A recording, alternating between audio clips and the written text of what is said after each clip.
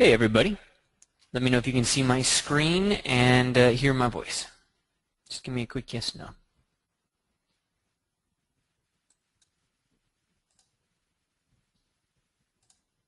Great.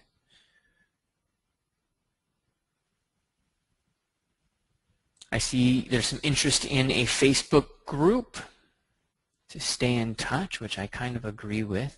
I see G's already created one. I may need to create one from the ZBrush Workshops account, just so it's linked there. We've had issues where user-generated stuff caused some. People started spamming that later. It's always spam with these forum things. But anyways, I think cheese is a great idea. Hey Aaron, Renato, Jack, Peruz, Orla. Hey Adolfo. All right, Mark's here and Peter. All right, guys. Last class, right? Technically not the last. You get the free upgrades to the next version. So there's no last there. Now, today I think is going to be light. And let me just sketch out kind of what our priorities are going to be. That way you can schedule your time accordingly. Let me just start my screen drawing here.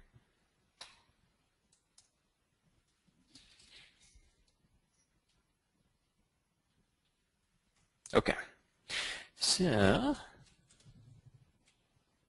me turn.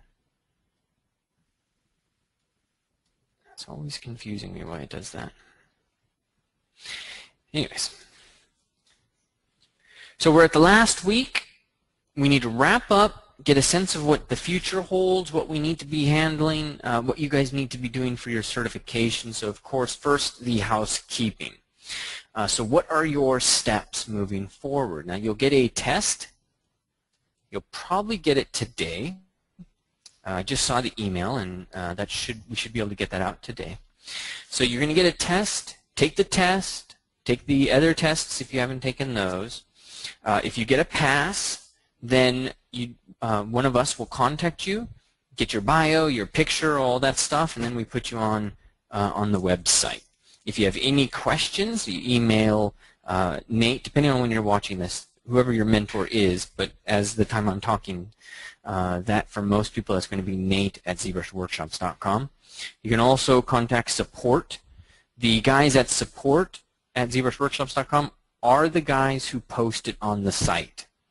So those people will have all the information and they'll be able to know the status. Nate won't know the status per se because he's not handling the direct posting. So you've got a test to take. Then once your test is done, then we're going to need things like bio, your site, and then a pic, some sort of avatar, things of that nature. And we'll go on and get you on to the site and go from there. All right, now where does it go from there? Well, hopefully we're going to just keep expanding, adding people, and then also working with career sites to help establish you as one thing or another. And then also anything that you guys have in mind, let me know and see if there's a way that we can directly help you with a particular project you're on, something of that nature, something you want to do. Any questions about that before we move on? T-Laws is asking, how long do we have to take the last test? So that is a function, well, it's online, and you have free upgrades. So you can take the test now. You can take the test the next time we run it as well. It's up to you for when you want to take that. They're not long tests, though. The knowledge is fairly straightforward if you've been through this 10-week. So I do recommend taking it because otherwise it's just going to get pushed to the side and it will be much harder to remember this 10 weeks from now. Okay, looking at more questions.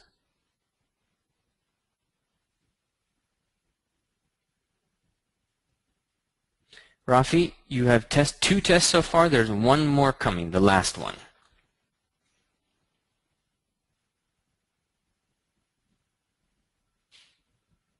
Israel, where the various questions and projects remain available after the fact. I think you're referring to the curriculum page, the class page, all of that. And yes, that will. It has another update coming to it in, a week or so, 2 weeks, I can't remember.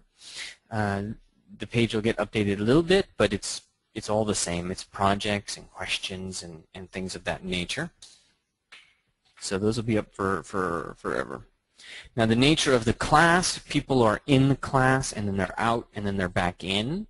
So when people are out of the class, the class section itself, the community side of that, may be less active, which is quite natural. And then it'll pick up again when we do the enrollment for the next round.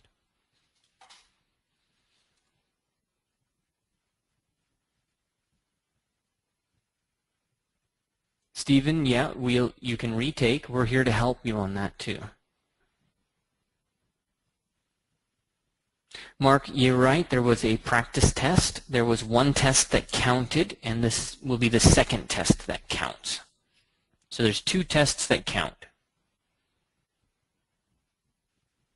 Riley, no limited window.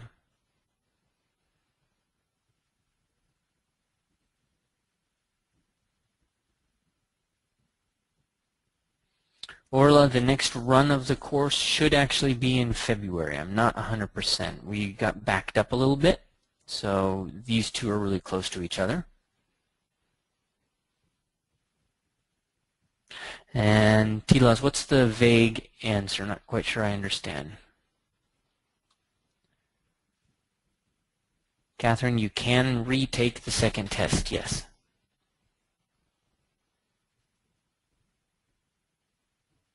Thomas, the test is covering weeks 5 through 10, which I think is, I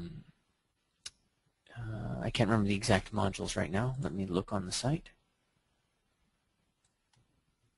Yeah, it's like module 10 through module 15.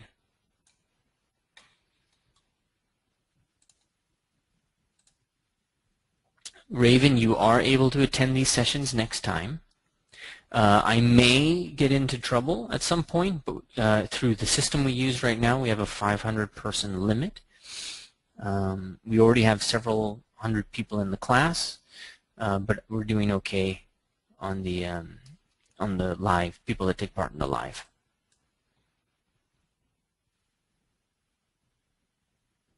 Okay. All right, no other questions about that. That's good. So what are we going to talk about the rest of today? The first thing I want to do is make sure that I'm addressing, not the first, the second thing I want to do is address your guys' questions and concerns. So I really want you to take some time and think about questions, answer something that I can answer directly or give some kind of workflow, quick presentation. So I want the latter half of this session today to be really about your questions.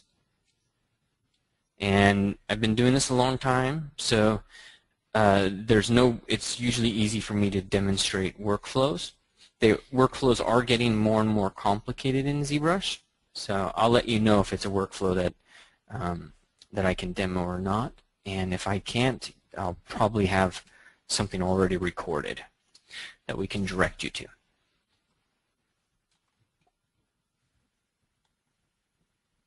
And Beruz asks the difficult one right off the bat, subsurface scattering. Subsurface scattering kind of got surpassed, in its priority with Wax Preview. Wax Preview is significantly easier and pushed things off to the edge using Fresnel, simulating subsurface scattering with an easier set of tools than what subsurface scattering was doing. We can talk a little bit about that, though.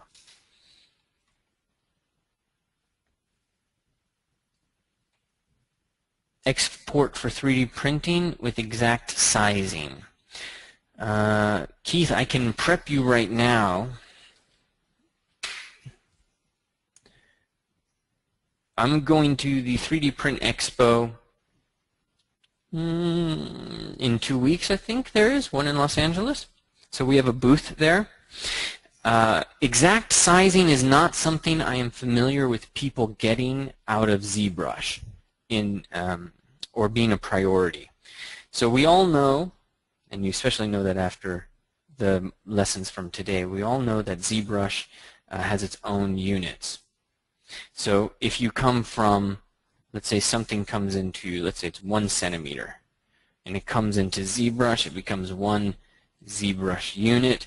When you then export that out, ZBrush is trained to put that back into 1 centimeter. But there are certain things like unify and deformation, and if you come down here and you adjust the export settings, or if you're in the geometry tab and you adjust size, then things start to go a little crazy. And if you do that inside of ZBrush, you don't really have the tools to get exact sizing and placement in ZBrush. They try to do it with this plugin, but it's not very robust in any significant way. So most people get it into a general perspective, and then they have to output it to, they have to use another application like Magix or something like that to get the exact sizing as well as cut it up and things of that nature. If you send it to a service bureau, they actually handle that for you as well. So I'm not sure I'm going to be able to get exact sizing for you, Keith. You're in Paul's class, so Paul is supposed to be going over that as much as possible. Gabrielle uses a STL export for exact 3D printing export. Cool.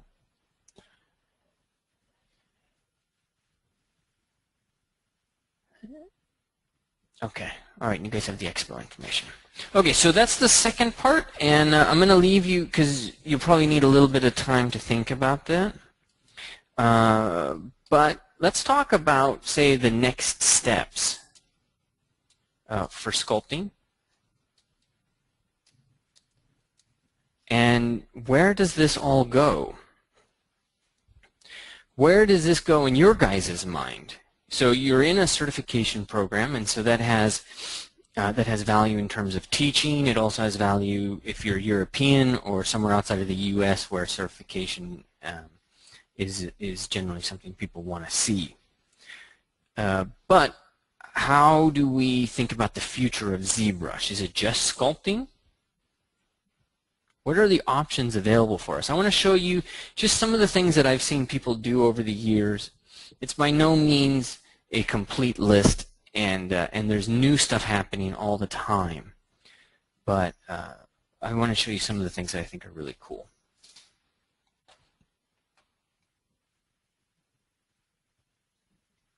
Yeah, Peter, I'd love to see that. Okay. So where do you think sculpting and ZBrush is going? Let me drag over my window here. How do I do that? Let me make sure my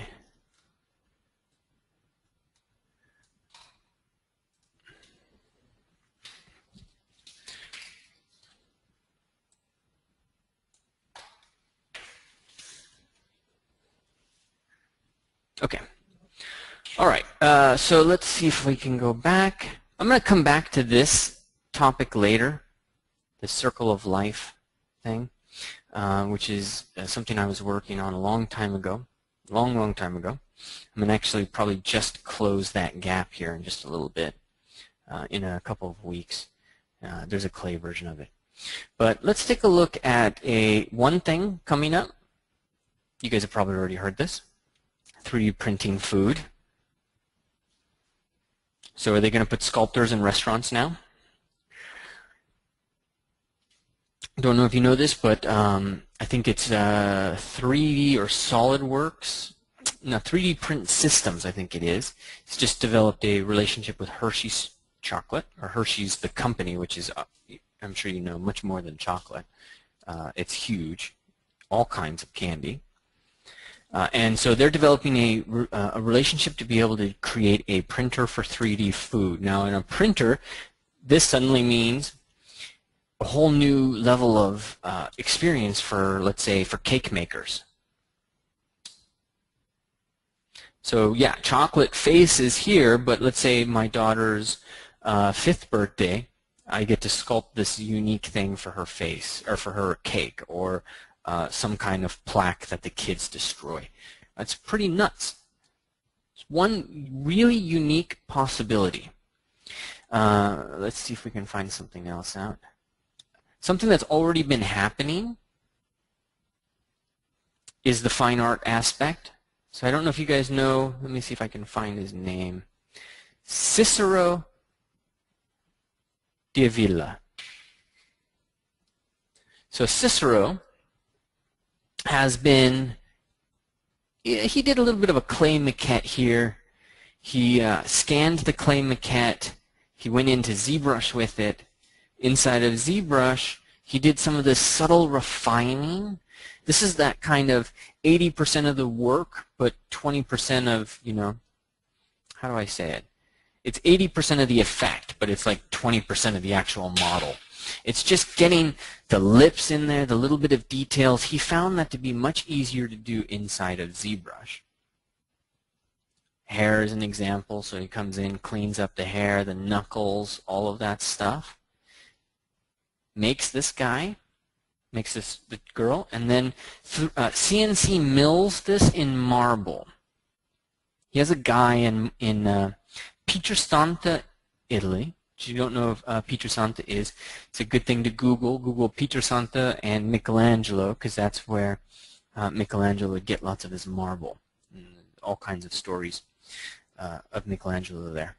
So he CNC mills it, but you can see it's a milled surface. It's not close in detail. So I talked to this guy about getting one of my pieces done.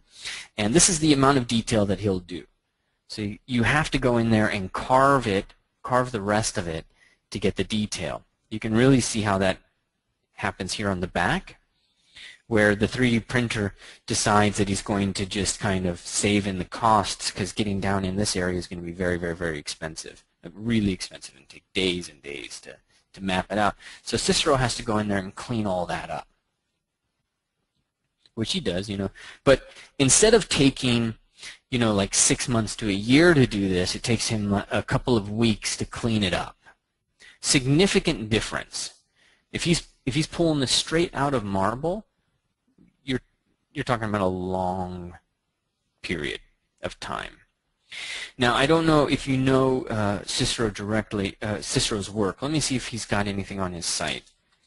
Cicero came to, we brought him to the States to do a workshop. We have one of his marble sculptures here in the studio. But Cicero has been doing quite a few other things that I think are very valuable, and I'm not quite sure he's going to have them on his site yet. So I just want to take 2 seconds and just show you some of that, because he's doing a lot of it digitally now.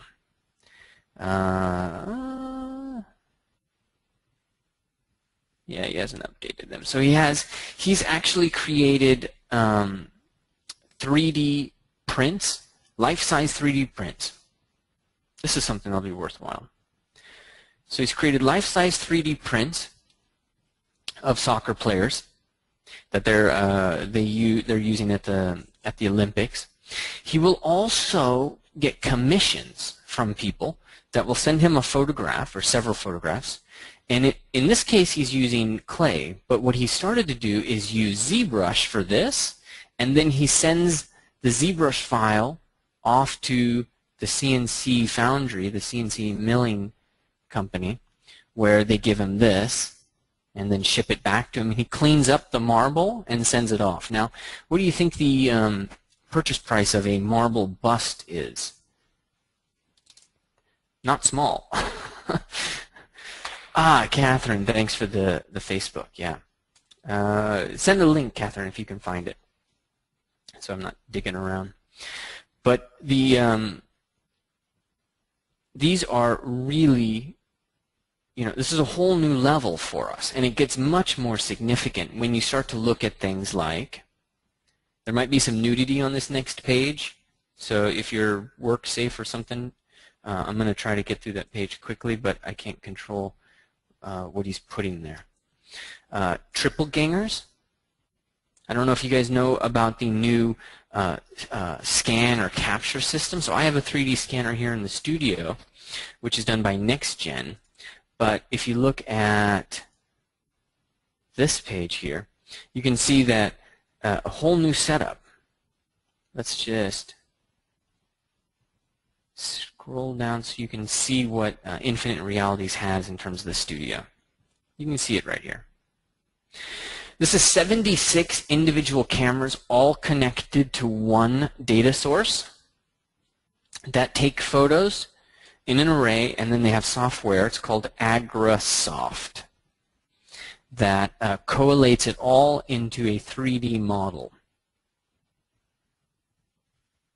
You can see some of the 3D model here. This is textured 3D model. Okay, and it's 76 cameras that are all triggered at the same time, and this is the result you're getting. That's not cleaned up. That's the scan data. You got to do some work after that. Here's a guy, look at this. Oh man, isn't that awesome? And then all of these are just people hanging out to the side. You have to do the hair digitally because it does not scan. And this will give you a sense of the raw scan data here, actually. This is really good to see.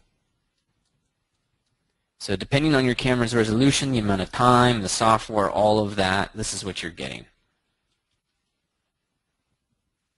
And then it just gets cleaned up and reworked from there.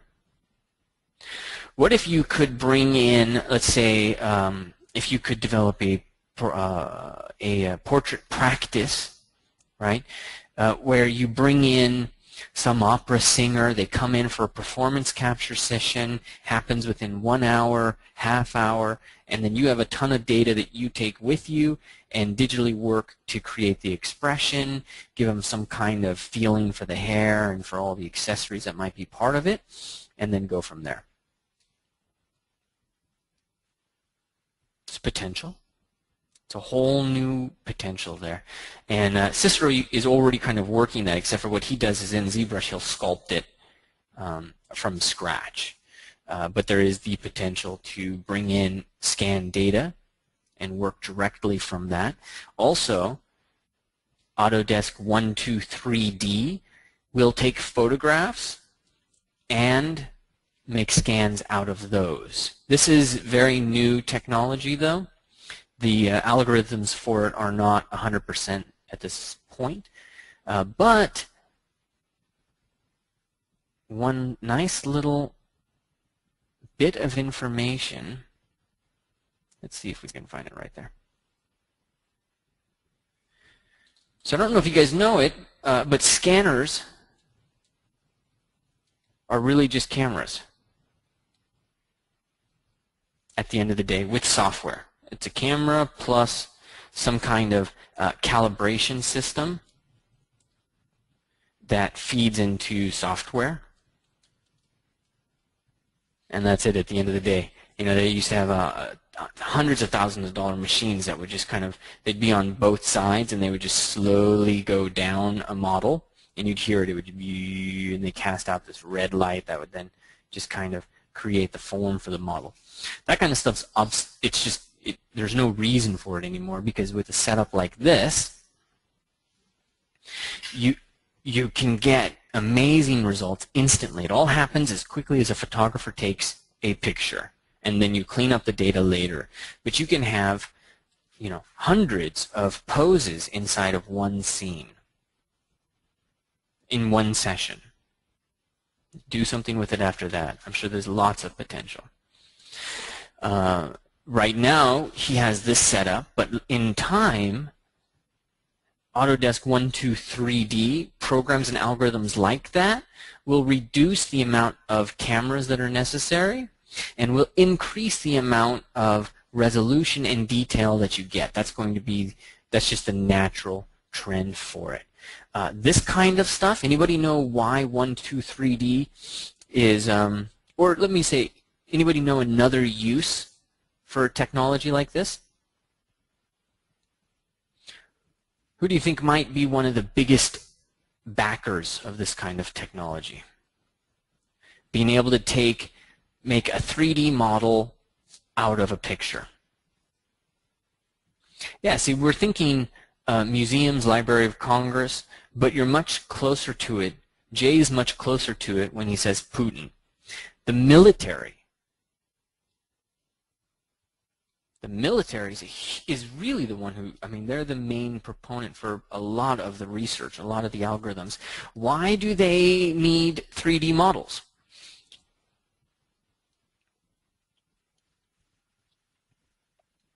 Well, imagine you've got some agent in Syria. They take a couple of photos of where the action's happening, right? And let's just say, not Syria, because that's a landmine of issues.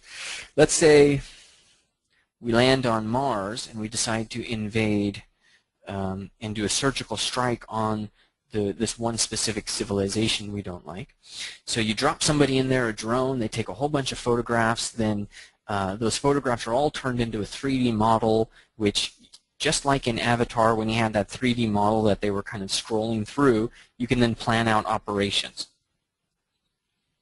Or take it one step further, if a photograph can become a 3D model, then suddenly your robot that has eyes is able to, inside his brain, create a 3D model of the terrain that he's in, and that increases his ability to navigate things much better and walk around and identify that that thing in front of him that's shaped like a human is actually a human.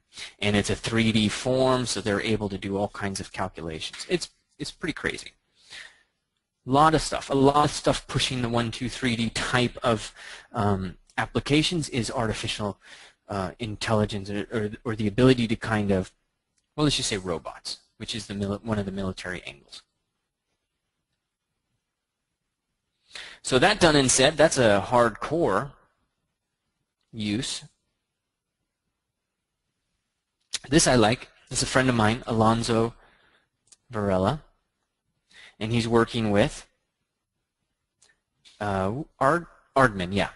I forgot that name for a sec. So Ardman, he's working with them. He was helping them create these models. He helped them create the models, if I remember right, inside the show as well. But these are promotional only. So you can see the little pieces in there.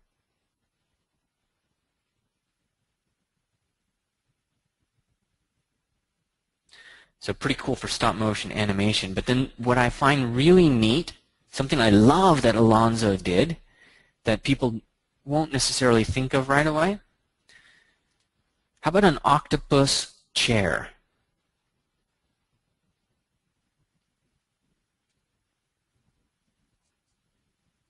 On the other side of that octopus is a chair.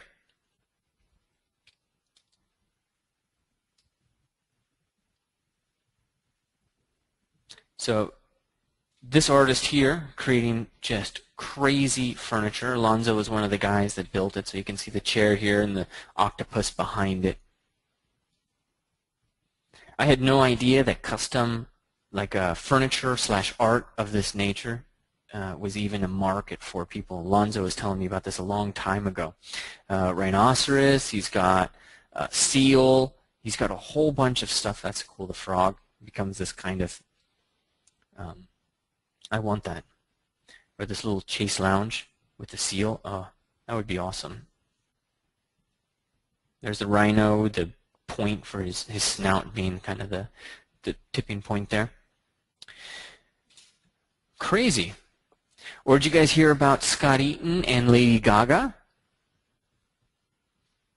Got to check that out. Being done by Jeff Koons. Jeff Koons was the brain.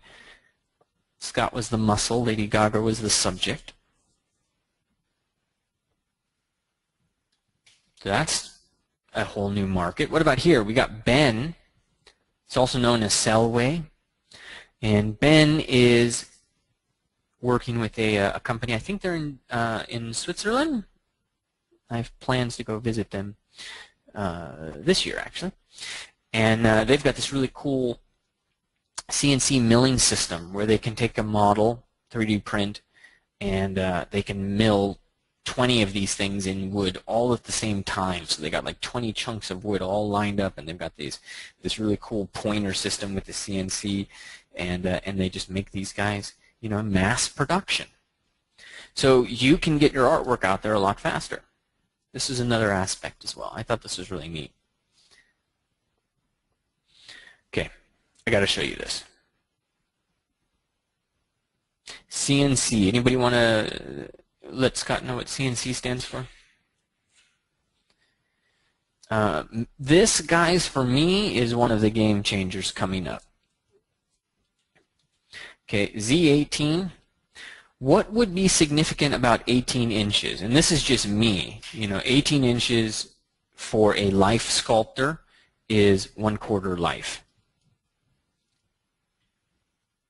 And a lot of figurative sculpture is done at 1/4 life, and then it's enlarged, CNC milled, and foam. I can sculpt inside of ZBrush, do everything inside of ZBrush, or I can sculpt in clay, scan it, bring it into ZBrush, and then print out an 18-inch. Okay, this is 18 inches tall, with I think like 12 inches this way and 12 inches this way.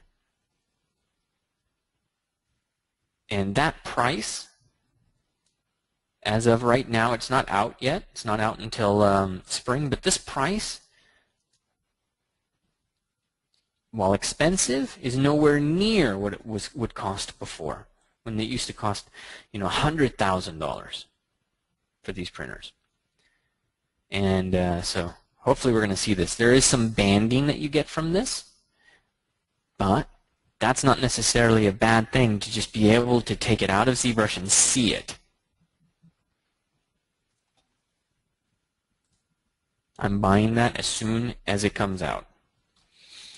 Photoshop, being able to go directly from Photoshop to 3D. So you're working with stuff inside of Photoshop, and then you just get it straight out right there. This, you know, whether or not this is useful or not, we'll have to see, because ultimately ZBrush is what you would want to be doing some sculpting in, or something of that nature. When you're doing this is one of the programs that you want to take a look at, Magix. It's very expensive, but it is the one that let's say Legacy Effects was using last time I spoke to them about it, and a lot of people use to kind of cut it up, register forms, and get things, you know, 3D printed well, so that you can kind of glue them together. Anything else I want to show there? No, let's put it on Magix. Let me check in with you guys. See what kind of notes you've got. Mark, Agrasoft has a kind of more professional version. Yeah. Than the 123D. So Agrasoft is actually the software that Infinite Realities uses. I've tried that out, but not gone into depth with it yet. Ooh, lots of questions. Lots of notes, I should say. Keith, I will have to check out that conference. Email me if you're going to be there.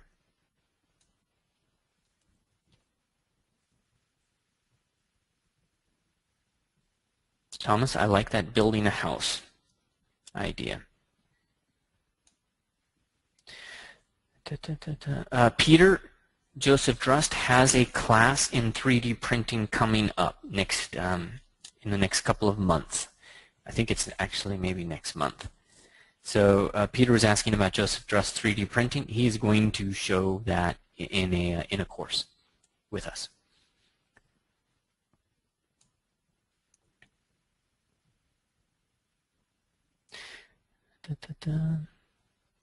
Jay, figurative sculpture is a small market. That it is. But small or not isn't always the issue. I can tell you, well, I mean, just take a look at Richard McDonald's site and his sculpture. And while it is definitely a small market, somehow or another he seems to be opening up galleries everywhere, left, right, and center, and producing work like mad. And those things sell, the life-size sell for almost $1 million. One life-size, almost $1 million.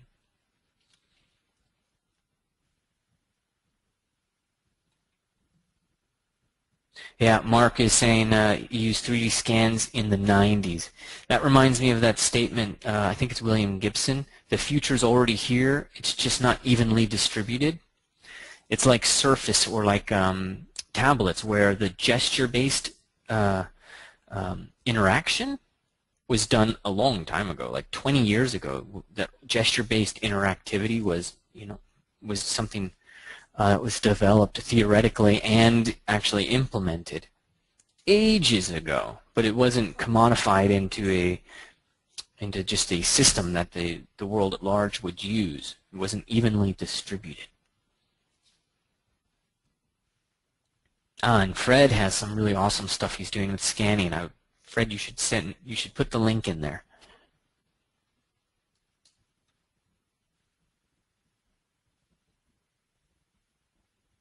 Okay, we got that. I'm just going through the rest. There was quite a few.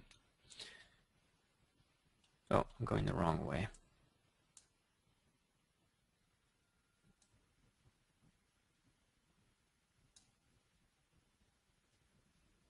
Why does this thing go the wrong way? Stems, growing organs from 3D printing. Maybe we'll be able to sculpt our own organs.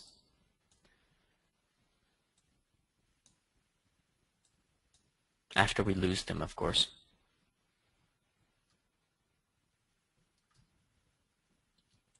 As Keith mentions, I do think that we'll reach a point where 1, 2, maybe 3 cameras is all you need for really high detail accuracy, of course. Ultimately, 1 would be what we would want.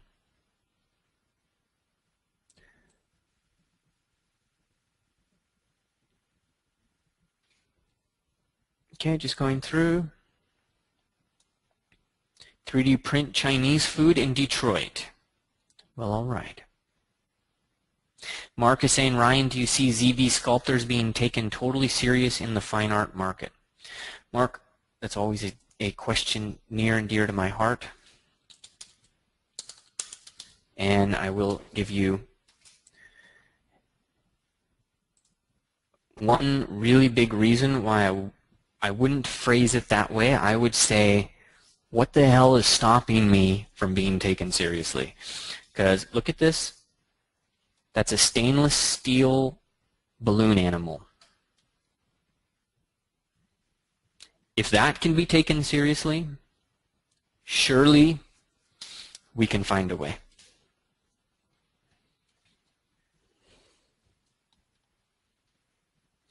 Yeah, overall, I'll buy that idea. Okay.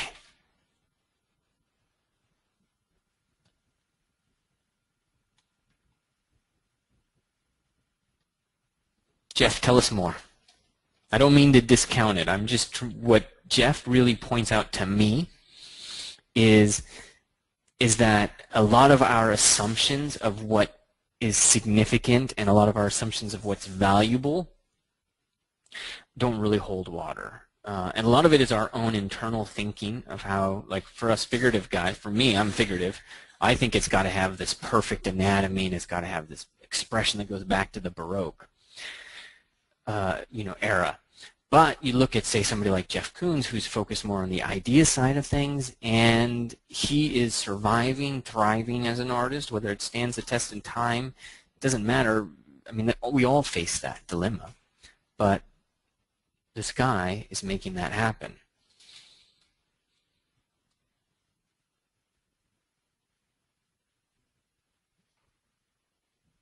Okay, reading something.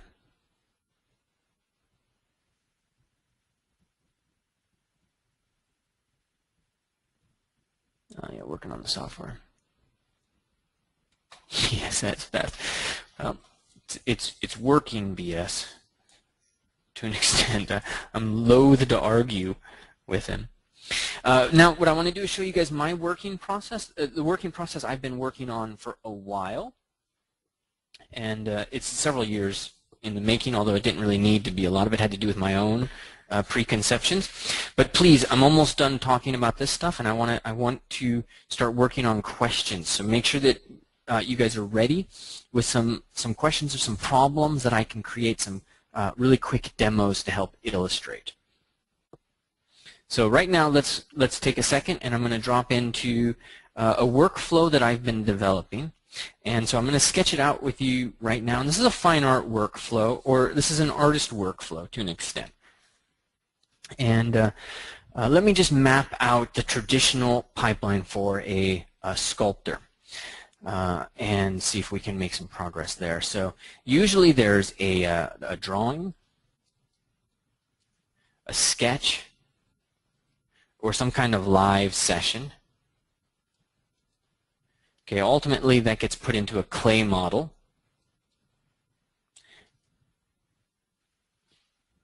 Then the clay model gets turned into a plaster.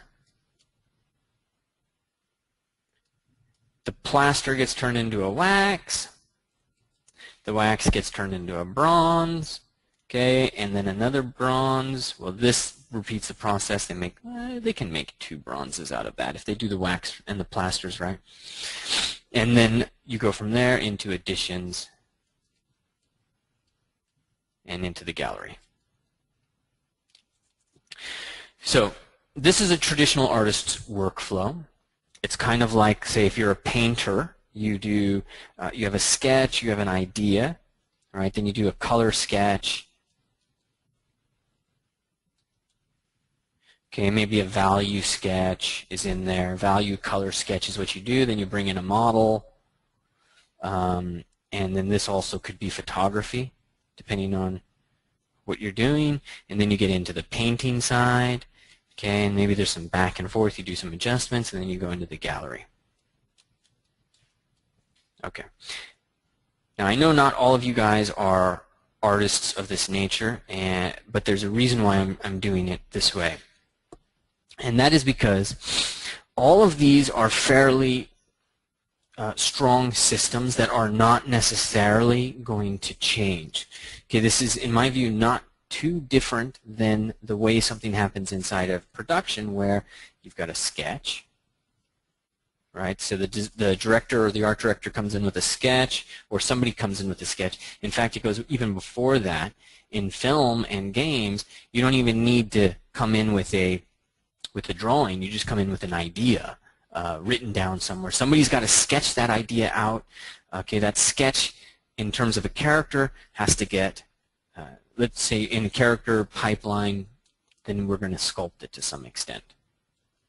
Okay, and then once it's sculpted, then we're going to go into production, right? And then the production sculpt, or the production topology, is what happens. Then this is rigged. Then this is animated. Okay, the animated scene working parallel with animation is the rendering systems, whatever are happening. Okay, and then these are comped into a film, and there we go.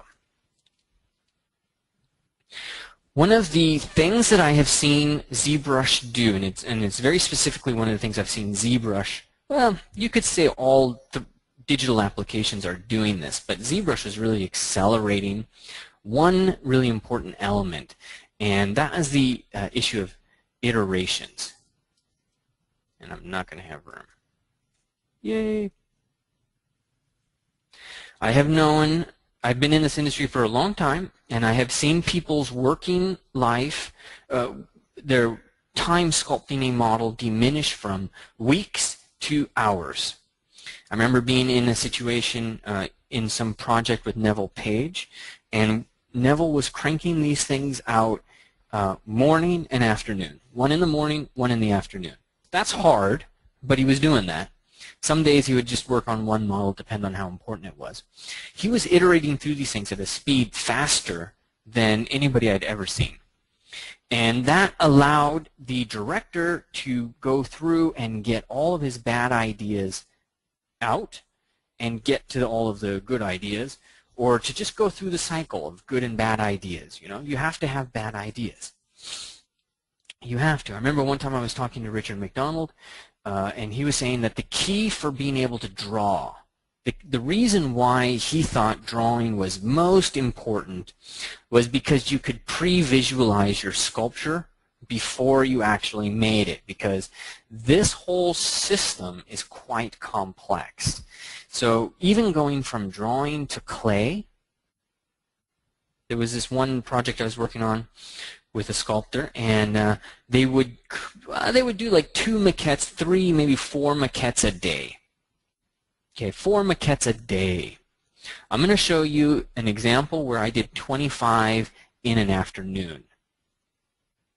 So imagine if I did 25 in an afternoon and then set those things all up to print overnight, and the next day I come in and I have 25 maquettes all ready for me to sculpt, or ready for me to choose which one I really like. So this session right here, this can take days. And then this is a production phase. If I was to take one of my sculptures off to a gallery or to a foundry right now, first they got to put it in their schedule, and there's a whole process that has to happen here. This is weeks of work, not to mention bronze. This is its own extra production, because then you got to chase it, and there's a bunch of work that has to happen there. Okay, this idea, don't know how much time you spend here, don't know how much time you spend here. With painting, you've got a little bit more flexibility, but you look at guys like Odd Nerdrum, they take a year to make a painting. They might paint quickly, but no matter what, they're iterating through things. Even if they paint quickly, they're iterating through on the canvas or whatnot. So to get back to what I was saying earlier, I've seen the working time for models go from weeks to hours, but I've seen people work harder. That's been the constant. More work is getting thrown on people because management and idea guys see that more work can be done. You can push these things faster, so there's no glut for ideas, and so the work just keeps piling up. Let me take a quick look.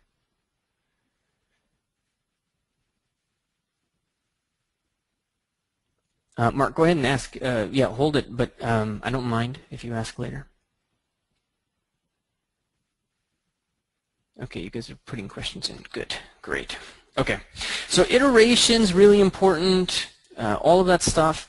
Now, when I'm thinking about stuff and how I work, I'm trying to devise a pipeline that's going to work for me as an artist moving forward, and that's what I'm really presenting with you guys right now. So the first thing is it's got to start with an idea. Okay, and then the idea has to, so it starts, for me, it starts with an idea. Okay, then I bring a model in. Okay, and then we start to do some maquettes.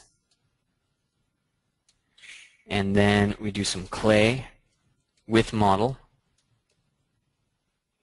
to just get a sense of the overall forms a little bit cleaner.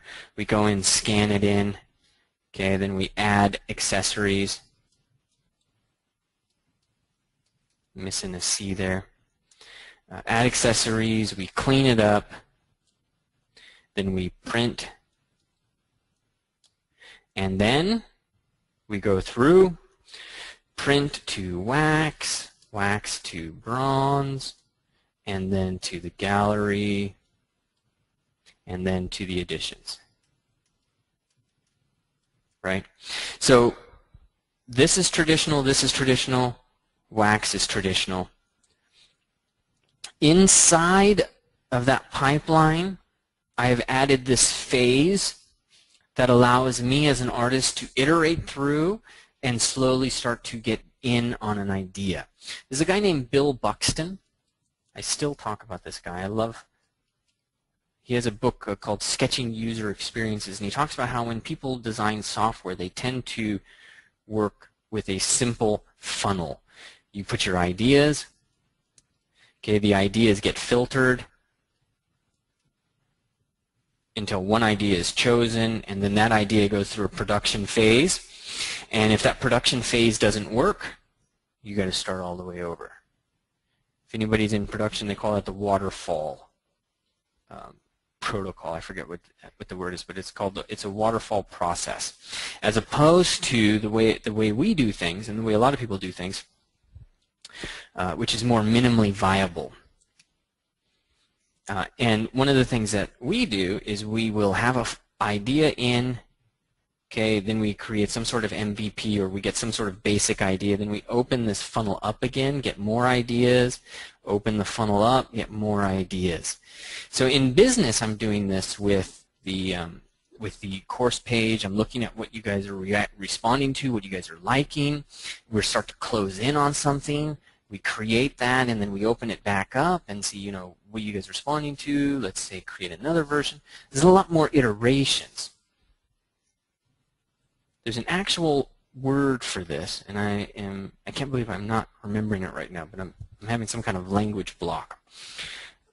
Somebody else will tell me, and Mark, maybe you can tell what the working process is for this. This kind of, it's minimally viable, but that's really not the process. Kaizen, kind of, but it's not that. So I like Cascade. I think that's one of the ways that it's phrased. Basically, as an artist and as a business person and as everybody else, what we're trying to do and what really seems to be happening on a global level, I mean, Google, Apple, me, you know, this is the moment where in history we're all moving away from this linear process of an idea in, filtered, and go with one idea. That's the way GM used to work. Now, you take, for example, Google, minimally viable products. How many different things do they have going on? They now have a contact lens project that is designed to help detect, you know, low blood sugar, things like that for people with diabetes. How long do you think it is before that and Google Glass merge? And suddenly you don't have Google Glass, but now you've got a contact lens, which is taking pictures, giving you information, things like that. Agile. Thanks, Fred. It's agile is really the method that we're talking about. I'm going to write that here. That word, that process, is more than just for business. I mean, it's affecting our lives in a lot of different ways. And so that was my goal with this process. So I create this. This is all these maquettes in here. I use Zsketch, this is a long time ago, to just fill out the form so I could get a sense of flow. You know, how's the rhythm? Am I getting, like, is the chest flowing up there? Is that really working? It's not perfect, but I get a sense of it. So I use Zsketch to get that. And then I needed to add some accessories. And then once I had a pose that I really liked, I think it was, yeah, we already know which pose. I really liked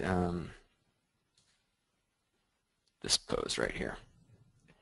So then I took that one pose and I started investing more into it. And then I took it and I tweaked it. So I moved him from kind of that bent knee to then I straightened things out and gave him more of a twist. Broke his back, by the way. And then a couple years later, I go in and I start sculpting him in clay. And I have this back and forth between clay and a digital version. And then this version that you see right here is basically this guy. But one really important difference. Inside of ZBrush, I've just rendered him with this clay material. In Maya, I have rendered this guy to look like bronze. Now, I think I'm not the only one who made this bronze material. There was just a fantastic student I was working with who developed this with me. But that's damn near photographic. That is, especially when you see it kind of compressed for the web, you'd be hard pressed to say whether or not that was real or not. And so with that done and said, you know, I have pre-visualized this. I could pre-visualize 20 of these things. And then I can bring a model in, I can sculpt it like this. And then I can take that sculpt that I've done and I can scan that sculpt in, which I've done.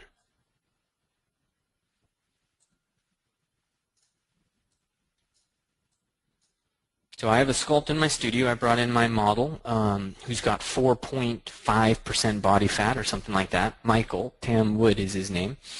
And so I worked directly from him to see what's happening with the musculature, specifically musculature in the back, because this area is just hard to understand with him. Hard to understand in this pose, I should say. It's not terribly hard to understand with him because he's got no body fat anywhere. So there's no obfuscation. So then I can take this scan, which this one's not fully done because it's missing legs. And I'm just going to put this, let me move this off to the side. I'll call it, put it in the desktop. We'll call it delete.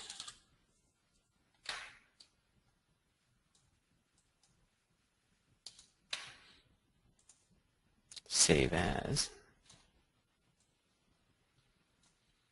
Desktop. Oops.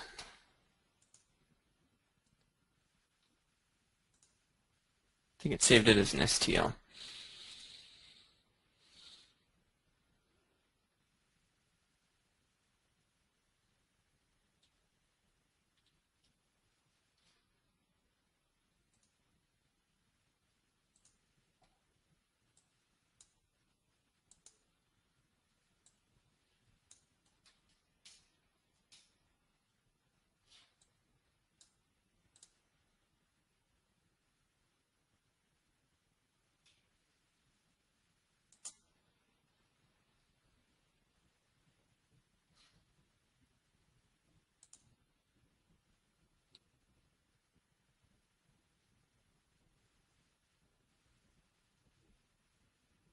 Thanks, Fred. I will check it out. This scanner, this is the Next Engine scanner, and this is several years old. It's like, I think 4 years old actually. And yeah, I'm sure I can get much better results. Okay, OBJ file, call it delete.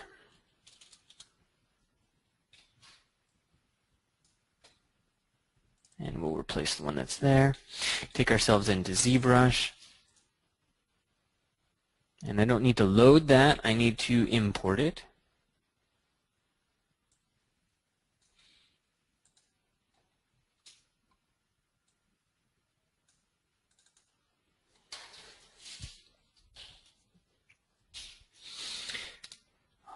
It's importing and cleaning up, so 1 second.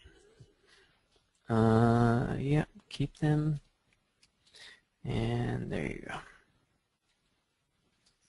Okay, now there are some problems with this next series of steps. I'm not going to go through it.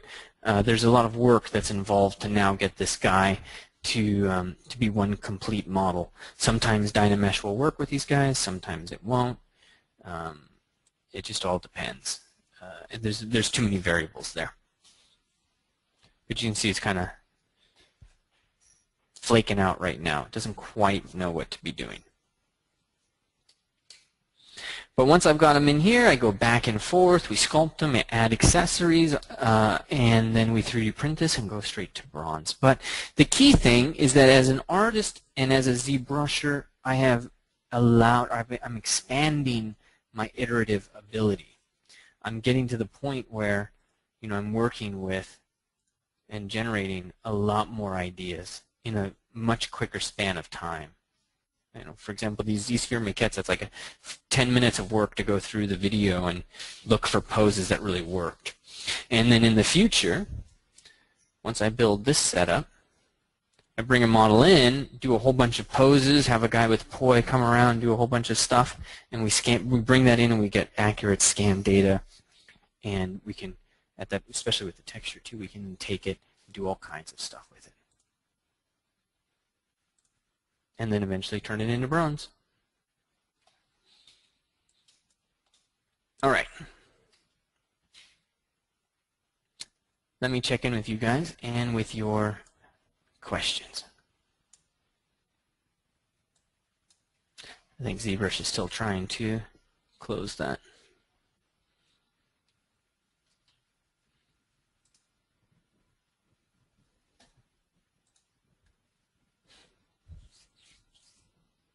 Okay, restarting ZBrush.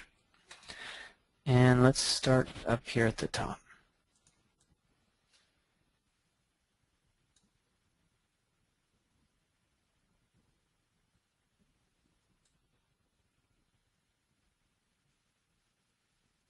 Okay, getting up here. All right.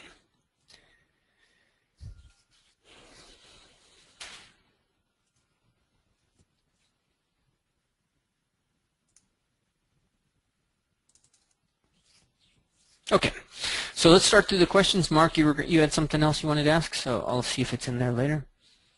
Let's see. Keith would like to know about ZB capacity to shell a form like a CAD program. So,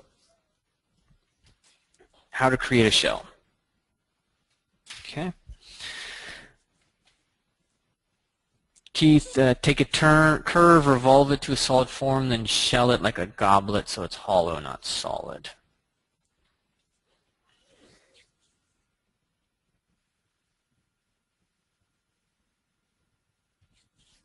I'm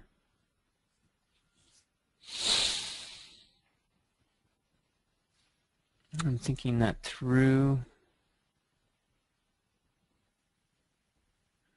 There's some issues there.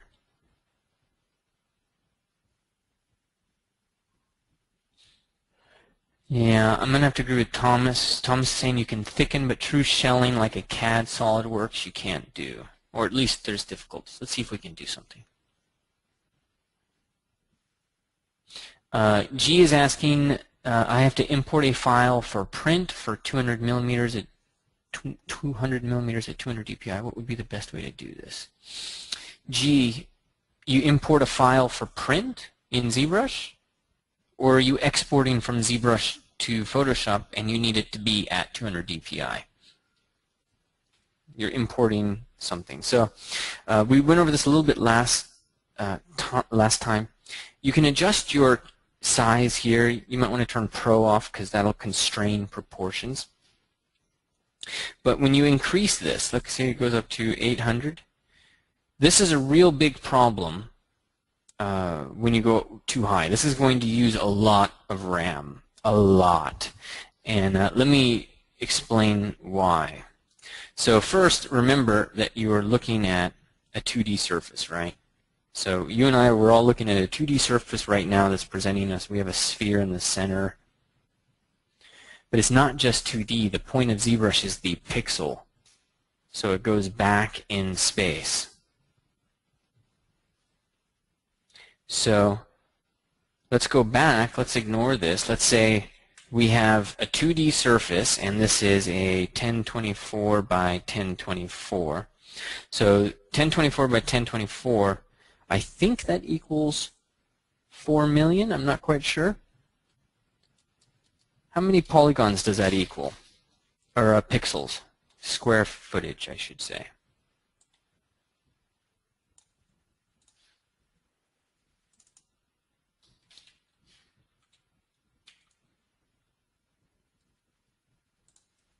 Oh, it's not showing me my printer or my calculator.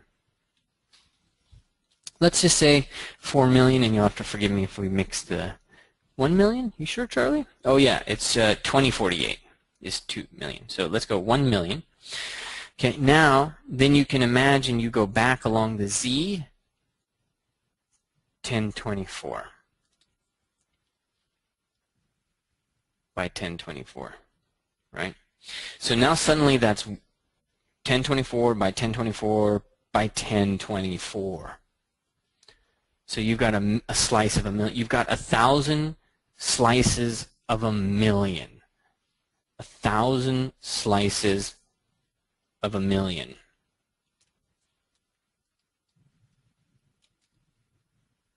You're racking them up. So you can imagine as you go into 8K, going back 8K, because it's a box, you are now dealing with astronomical numbers. Now it shows me that. So normally what you want to do in terms of print, if you're going to export from ZBrush, you need to get this somewhere above 2048. If you can get it at, 3096 or something like that, then great.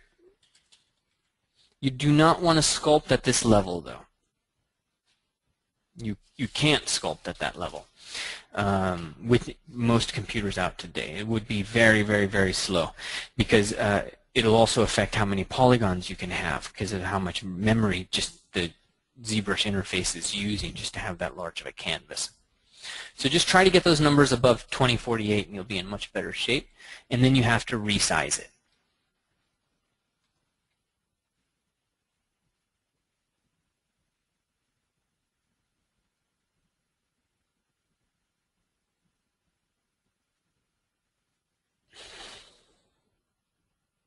Okay. Let me go back up.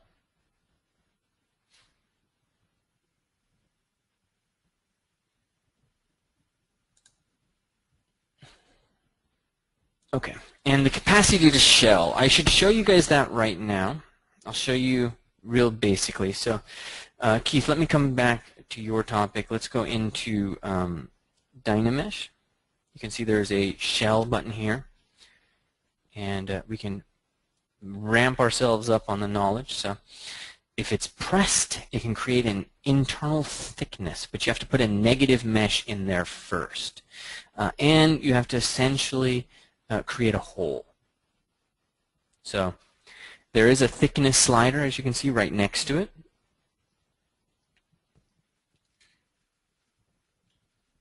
But what is the actual measurement of it? So let's go into this brush. Let's go and say, let's say insert sphere, or insert cylinder, sorry, and I'll make it real obvious. I'm going to press Alt and pull that out. You can see how it's kind of this hollowed out form. This is a Boolean operation. Okay, and see if we can create the shell.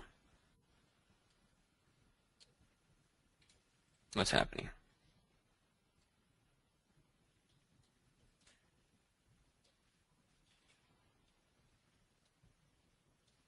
Anybody want to guess?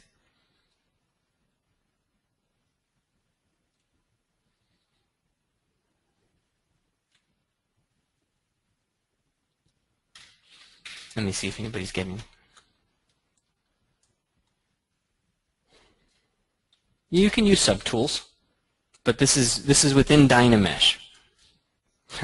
Good. Thanks, Varus. Sorry, Roberto. Okay. Undo.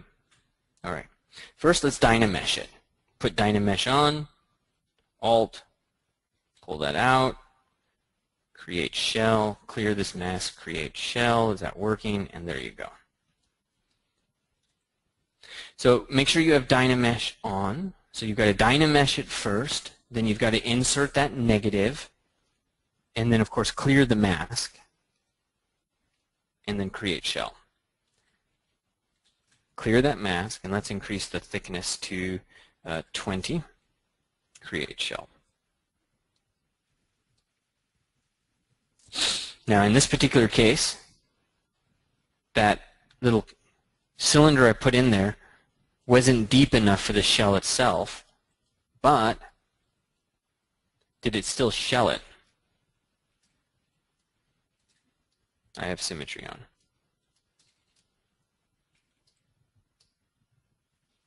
Okay, hard to tell. We need to come down here and turn double on. And there you go. So a setting of 20 gave me that much distance. Cool. Let's undo that. And then let's see if we can move that form out. Thanks, Blanca. All right, so I've moved that negative out and away. Back in here. Let me see. Geometry. Clear it. Create shell. And let's set this back to 4, where it was. Okay. So we're set it at 4. Double is on. No, it's not on.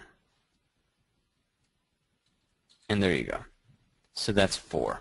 We just moved that guy out the side and away, and that way he wasn't there anymore. So let me check in.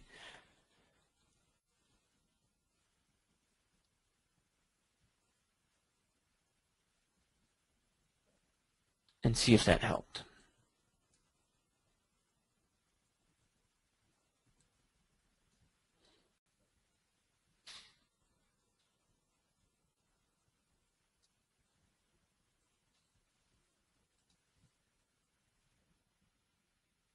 Let me know if that helped, Keith. I'm looking for it. Okay. All right, let me move on then.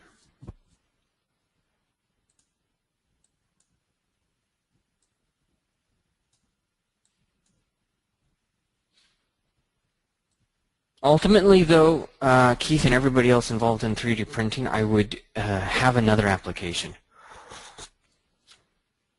Everybody I know that does that for a living has another application that does the shelling, does the joints, does all of that stuff.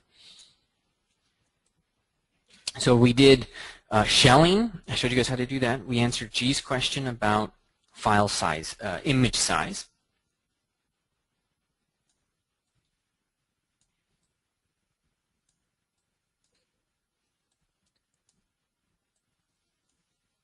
Keith is asking how many versions of my model I save. I save stupid amounts of them, 100 plus iterations. I'd seen too many, I worked there, I saw too many people lose data. And data is cheap. 2 terabyte drive, under 100 bucks.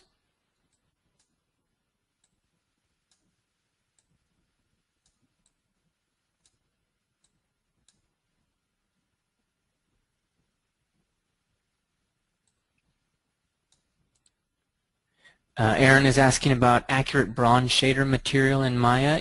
There is a tutorial I did a long time ago. I'll see if I can do something, in the next month or so on that, because I'm working on bronze materials. So I'll see if I can get something, Aaron. But no, not really. Mark's got a question I got to read, so give me 1 second.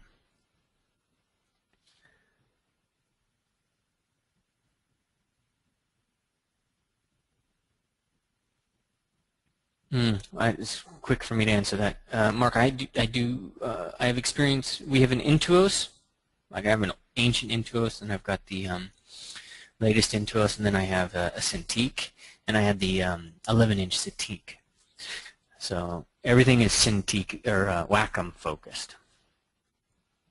I do not have a digitizer tab, so I don't know how those work with the systems. Can't imagine them taking up too much, but I love Cintiqs. Cintiqs for me are the next step for a digital sculptor. That's for me, because my hand can do a fluid motion like this. If I was doing that and then I had to come in and say, I want to get this measurement right, and then see if I can swing in. It's harder in a Wacom in an Intuos or some tablet to do it than the Cintiq. I remember reading about people saying they didn't like the Cintiq because their hand got in the way. What the hell happens when you draw? Your hand's in the way. I don't know. I'm a little confused.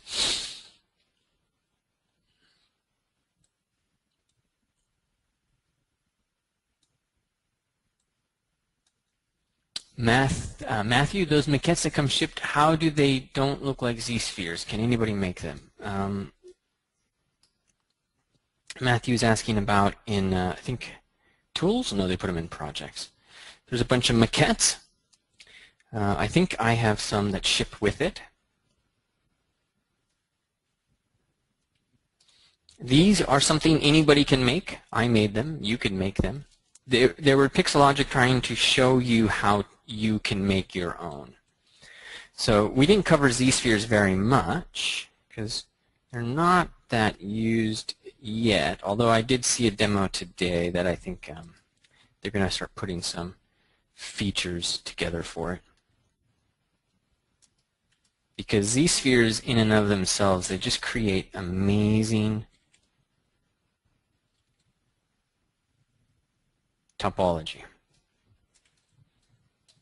This is the way I create bodies all the time. If I wanted to, I could put a grid on there and analyze that, but I'm not going to. And perspective should probably be off.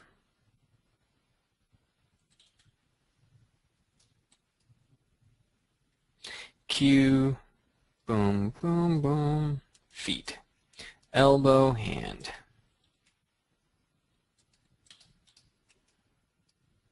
Gesture established.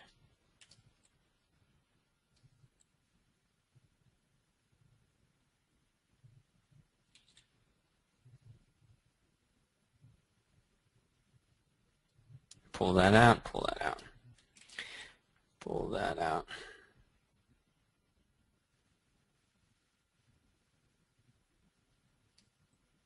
And scale that up. Okay, so these are using, I think it's in a classic skinning. If you use classic skinning, you press A, you get this really old school topology, which I think is much better. After I was no longer there, they implemented this topology, which is okay, but not as good as that. And notice that with classic mesh, they have some options down here, insert local mesh, things of that nature. So you can select a Z-sphere and you can say insert a local mesh, which will allow you to insert things like spheres, cylinders, looks like they're pushing that into just polygons. Is that the case? Interesting.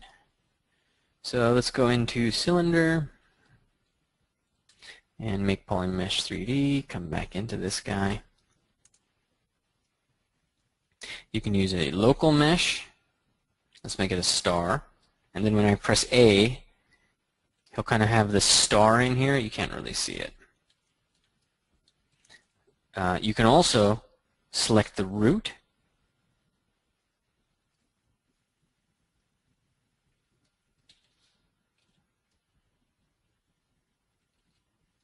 That's not the right. Okay. And let's try connector mesh. Let's just try polysphere. It's not wanting to propagate.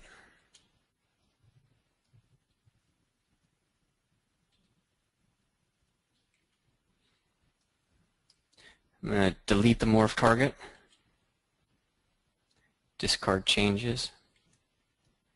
And let's see if we can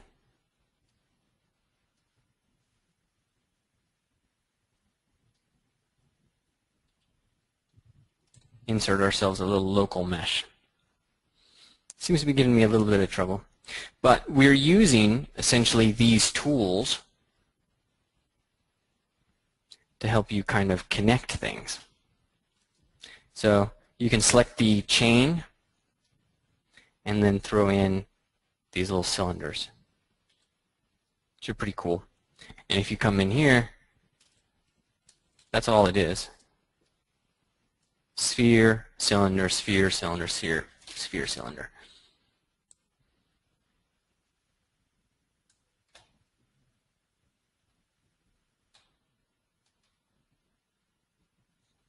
Okay, questions are quite large here, guys, so you bear with me here.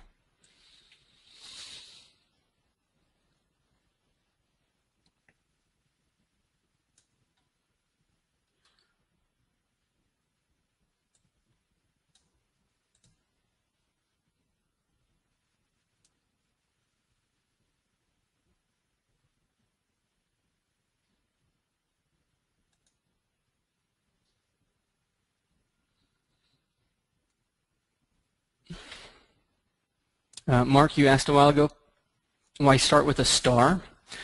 That's the old school way, because if you import an OBJ, it has to replace something. So if I was to import an OBJ into this,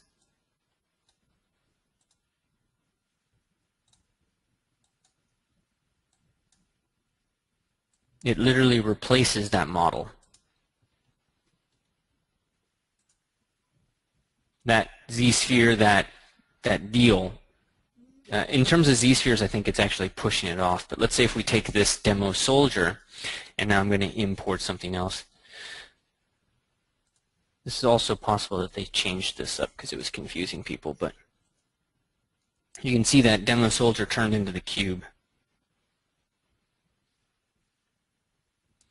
So whatever model you import, whatever model is active when you import, that model is swapped out. So that's why we use a star, because it's just like this extra little piece. It's programmed to always be available. Stephen, when I use trim brushes and such to manipulate, I find it difficult to get the exact results. Yes, you will find it difficult. So one example.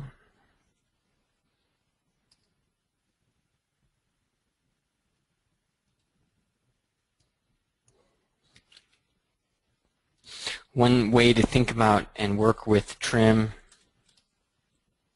is, let's say I take the kimono. I don't need the painting. You can kind of really get bad results at the edges. You want to stay away from the edge with trim, and instead you use H polish.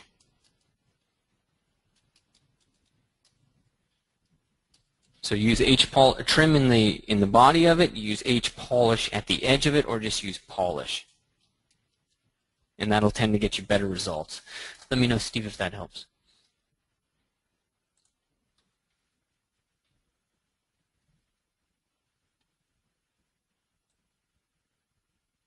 Catherine, the secondary program I would recommend is Magix, if you can get your hands on it. That's the one I've heard the best about. Otherwise, I'll have to get more information and get back to you guys in the next session, next run of this. Mark, all-in-one systems. I have a look at the all-in-ones. You can run ZBrush on a tablet and take it with you in the woods. Yeah, that sounds neat. I'm excited about that. And you can see Wacom responding with their thing called a companion, where they have like a tablet that's a monitor, kind of a computer. Stephen, how do you break apart a 3D model into printed kit models that snap together? Stephen, this is the fundamental problem that takes you to Magix. But as I said, Magix is very expensive. So how do you create a kit model? It's, everybody who does it professionally, they have to have other software. One thing to note, though, Stephen, all right.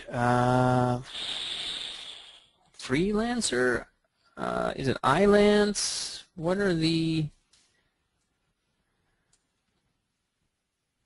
just happened? Okay, Elance. Anybody use Elance? So Stephen was asking, how do you break apart a 3D model? Do you have to be the one who breaks it down?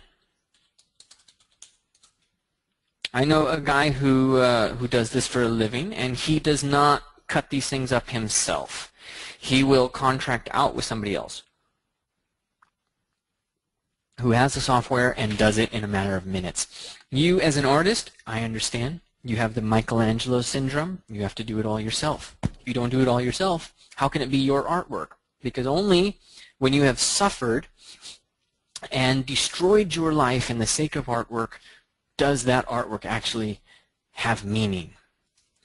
Alas, the world is working against you and trying to make life easy for artists. Foiled again. So I would contact Elance. I would work through that, Stephen. Christopher, is there a way to get partial visibility in a texture? For example, a texture for a grass or hair card.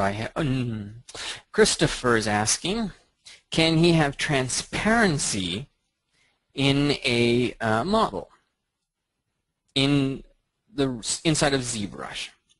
So let's see if we have that option anymore. I'm going to go pure black. Transparency inside of ZBrush.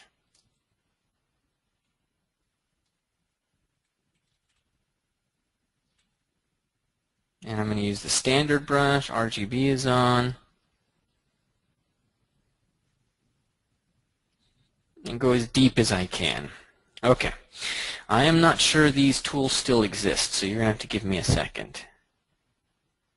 I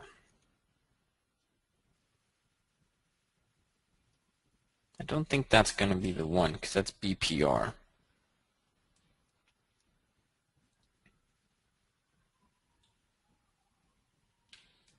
This is really a subtool feature. What I need is in the render palette or the texture palette. Render properties. We're looking for something that tells ZBrush to make black transparent. That used to be the case. And I am not guaranteeing that I'm going to find that right now, because this is an old school ZBrush 2 days.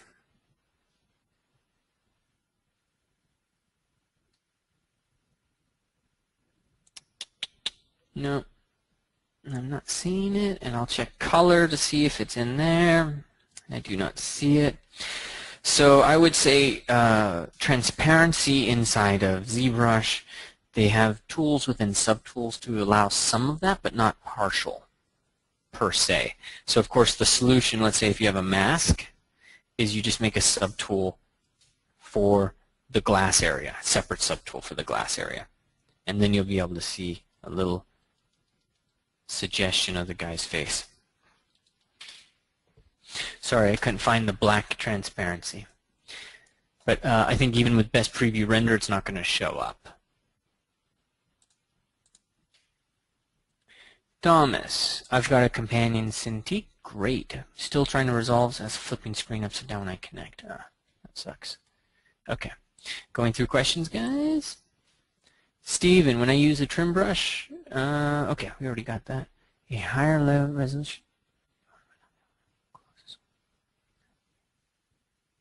Okay, so Steven is saying a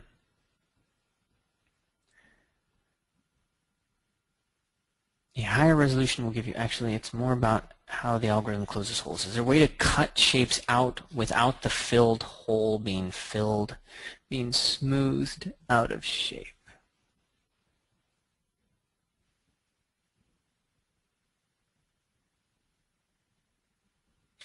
Basically, you want to know, is there a way to get more precision in the Boolean cuts with the trim tools?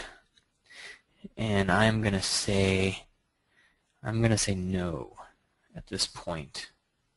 I am as dependent as you guys on that feature, just kind of working from one slice. So I'll have to look into it and see if I can get you a more detailed answer, Stephen, about how to make the trim tools behave more precisely.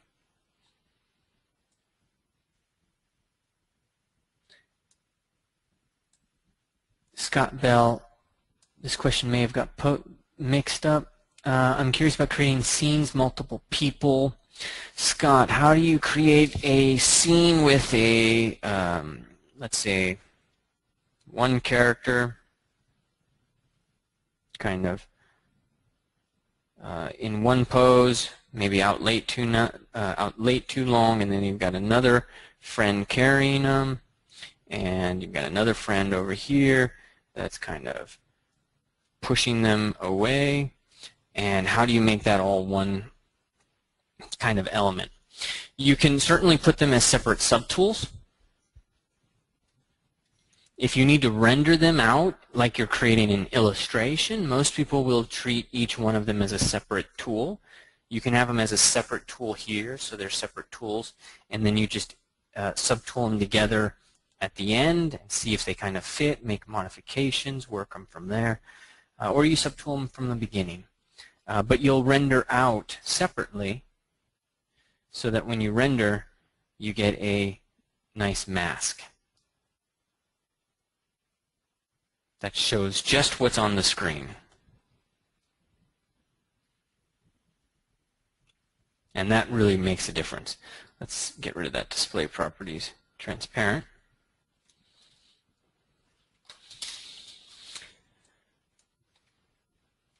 But you can save it all in one project. You just have it all here. Peter DeFeo, he seemed to do something where he was bullying out shapes. He was somehow able to apply his cutting shapes without them being inverted. I wouldn't worry about that. I think he was actually, I know Peter what he was doing. He was using subtools, if I remember right. He was not doing a lot of the insert mesh per se. He may have been using subtools. But don't doubt yourself. Keep doing it the way you're doing it.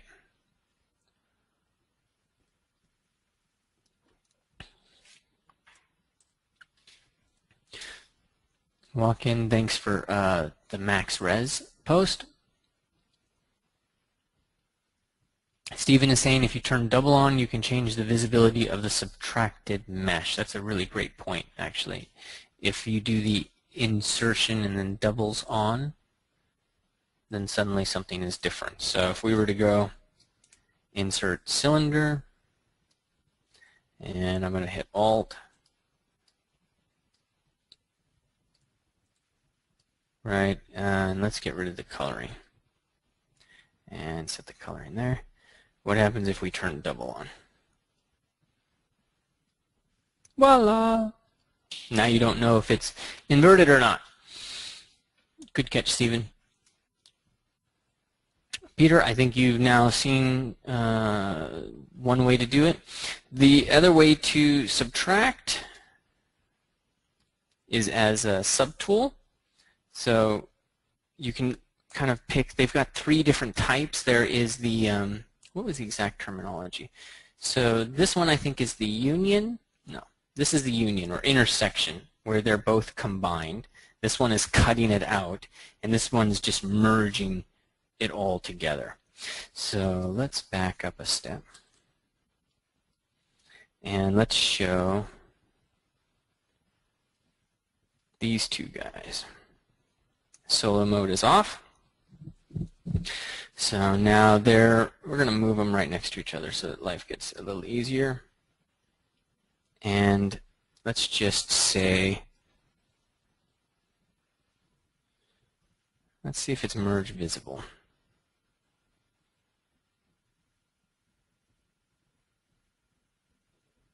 Actually, let's try this. Let's try something extreme.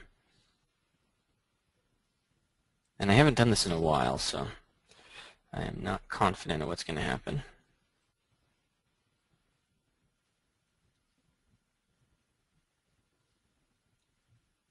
Let's get you a tutorial that's going to kind of go over the subtools.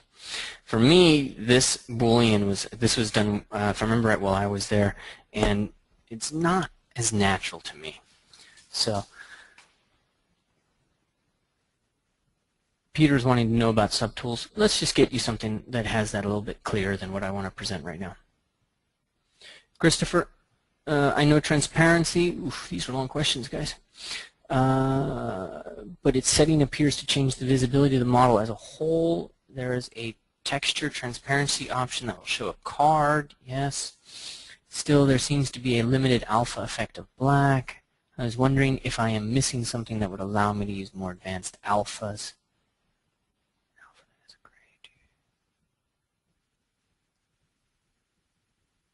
In other words, an alpha that has a gray to partial visibility equals solid that can be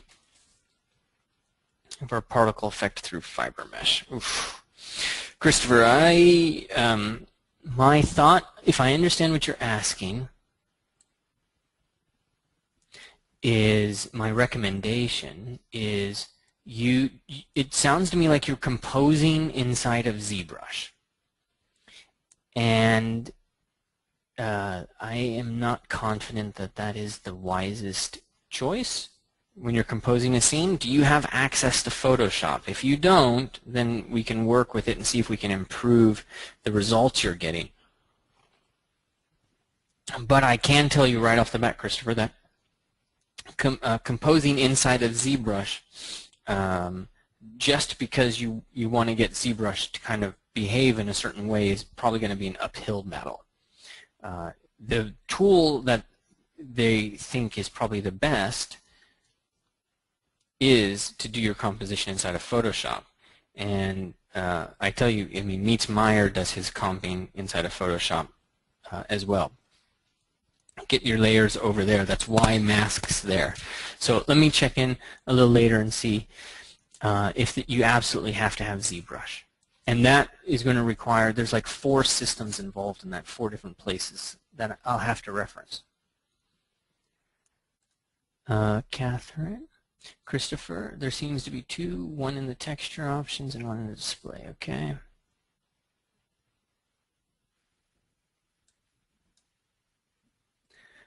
Keith, last time we were told how fabulous.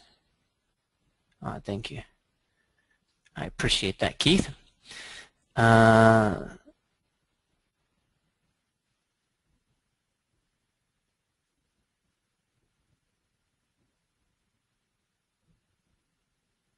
G, is there a way to get multiple views out of ZBrush? If you need a front, side, things like that. There is. It should be here, but it's Z-AppLink properties, but it may not work. So why don't you and I try that right now?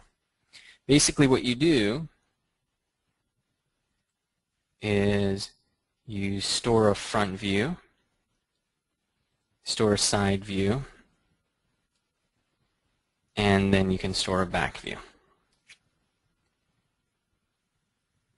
I'm going to clear 2 back and then store my own back.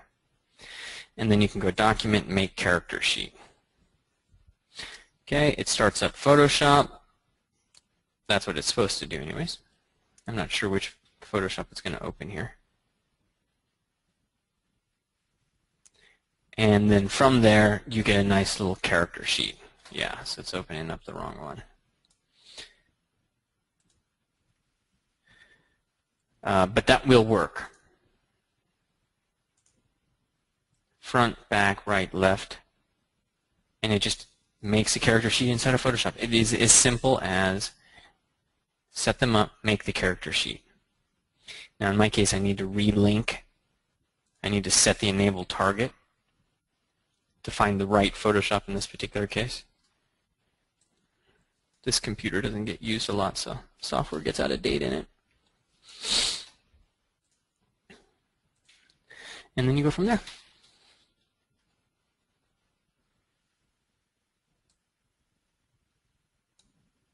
Okay.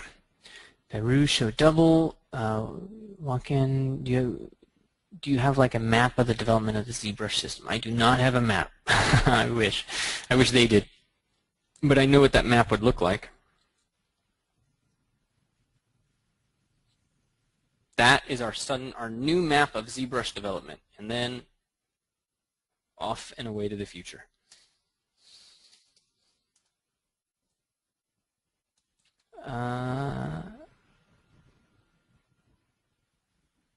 Roberto, how's the concept character design career? How's the concept character design career is going?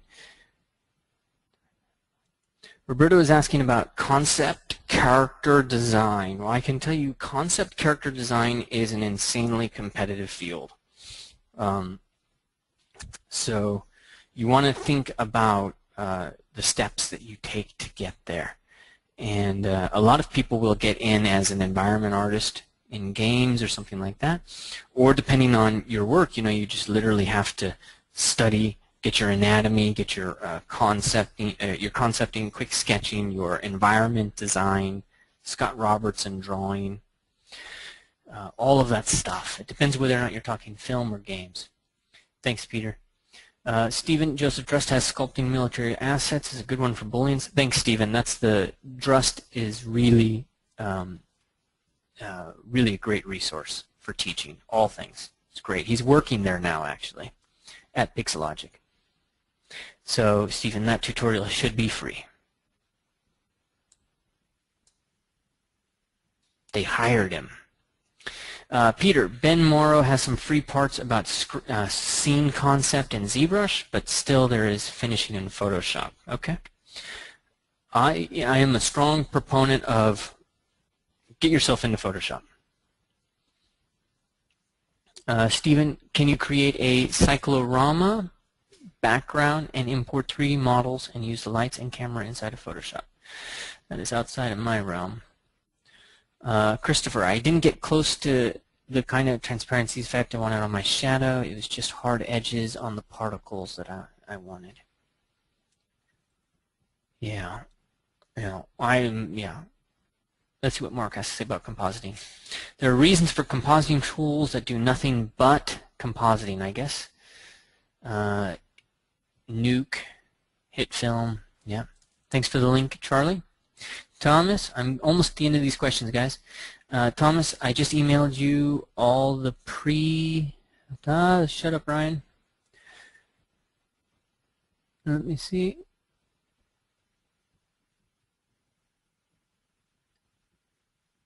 Okay, I can talk about that. Great. Thomas has posted it for everybody. Anytime I heard the word beta, I zip my mouth shut. Fred, when's the next rev coming out? God knows. Mark, you might be right. I think the future is to the top left. That might be what happened. I took a right, and everybody else took a left, and so I went back into clay. I got to turn around and go left. I agree. I'm with you on that, Mark. Stephen, I've been using Magna Studio 5 for painting, and it's really amazing. Stephen, I'm really excited about tools like that for painting too. Just amazing for the potential. And one more artist I think I should point out. Gottfried Helnwein. So Gottfried Helnwein, I'm sure I'm not saying that name correctly, but he's known for these huge, massive, like this is the perfect image of it, right? So these are his paintings. Does he paint each one of them by hand? Every single stroke. I mean, it looks like a painting, right? You can see the blue, you see the red, you see that shiny oil painting. We don't know exactly how he does it. He actually has a studio right down the street from us. And he will be one of the first people that says, you know, the technique of painting is irrelevant to him. And the production, the amount of work this guy produces, just amazing, really awesome work. Means that he has systems somewhere in place that really simplify the process and allow him to get more ideas faster while still retaining quality. So you're checking out Magna 5. Some realists will just take photographs and then they'll have those blown up on canvas and then they'll paint over the top of those to give hue and to fix areas and whatnot. A lot of possibilities today. Scott, what's a good resource for panoramics? Anybody want to give resources for panoramics? I actually have a friend who has a business developing those things. So if you shoot me an email, I'll get that to you. I do not have access to that system right now. And Mark has a great one. CG Skies, I know. And there we go. I got to the end of the questions. So,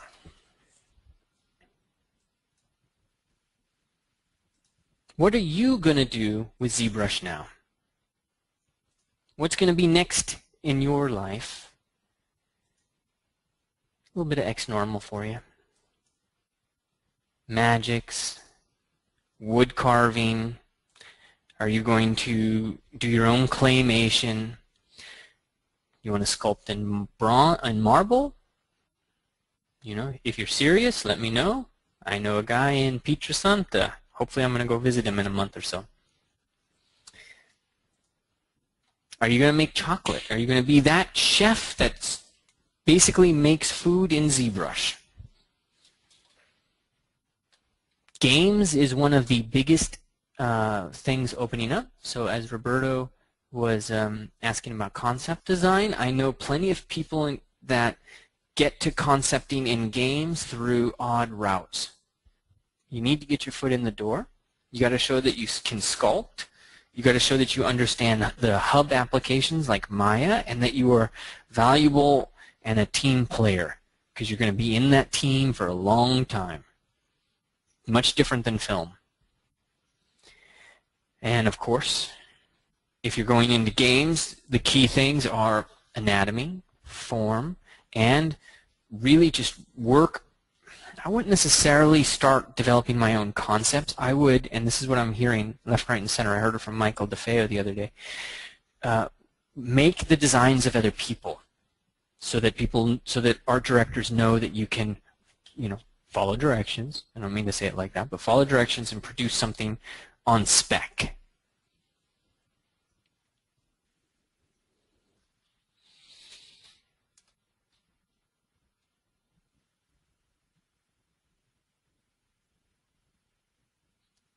Custom work for Mickey, Eric. All right. Wow, sculpt embryos in all stages. That sounds freaking awesome. Texturing for games for Beruz. Thomas is making bronze for his teardrop trailer. That's great. Catherine, kits for women and girls who'd like to assemble and paint. That sounds really amazing. Book illustration. Natural landscapes. Yeah, great. Let's push that David Lesperance stuff.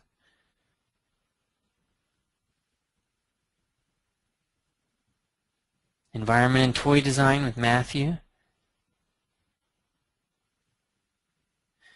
Ouch, Peter, that's pretty hardcore. I don't know if I'd be able to do that myself.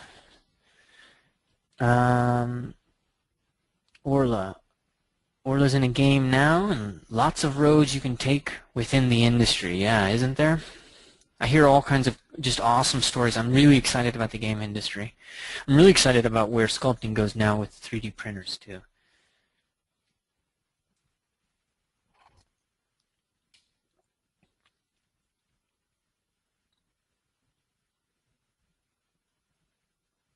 Mark is extending his palette. Now you do mostly stock photography. Okay, great.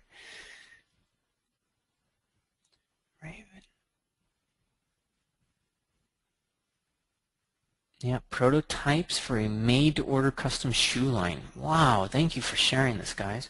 Alvaro, character design for animation, toys maybe. Meaty Seed Chocolatier. That sounds great. Scott. In Wyoming, that's too far for me to go. And Jim, I know Jim is digital wood carving, so pushing that boundary. And Fred's got a really exciting project. And sugar printers. Wonder if they can get refined sugar down. You could just print it and then basically put it in food the next day.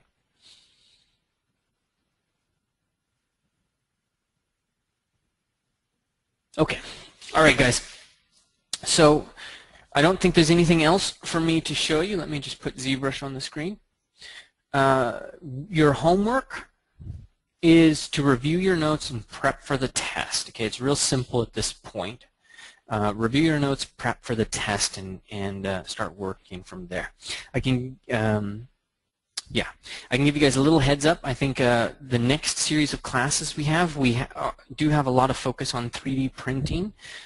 So most likely we've got Joseph Drust, and we've also got Thomas Witzelbach coming online as well. So Drust with 3D printing, Witzelbach, and then a couple of other cool things coming up. But you've got free upgrades to the next time I run this, which should be somewhere in the middle of February. And if you have stuff, make sure you email support@ZBrush Workshops. You're welcome to contact Nate as well.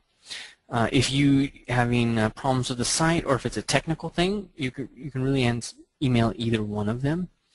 Nate can be more detailed with you, but customer support is fully ZBrush knowledgeable as well.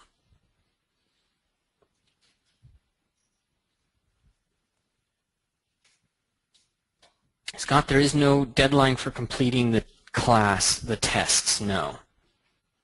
If you have any problems, like if for some reason or another we do have to turn off access for a little bit, because it's another system that's delivering the tests, if that system needs to be taken down, some monthly subscription or something, I I don't know. It's unlikely. Just let us know. We'll email us, and we can sort it out.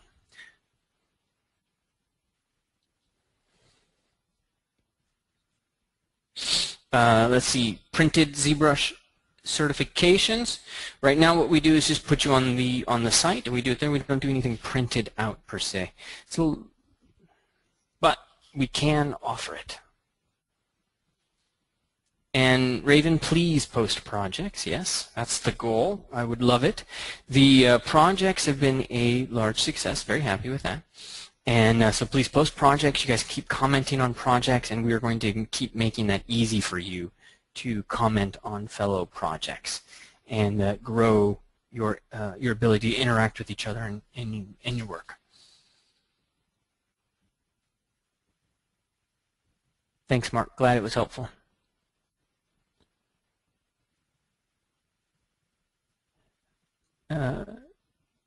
Carolyn, you're going to get an email today or Tuesday, but probably today on the test.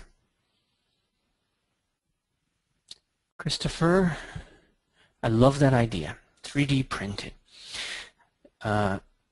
Until I remember how much it costs. 3D printing is still not cheap. I could print like very small font. How's that?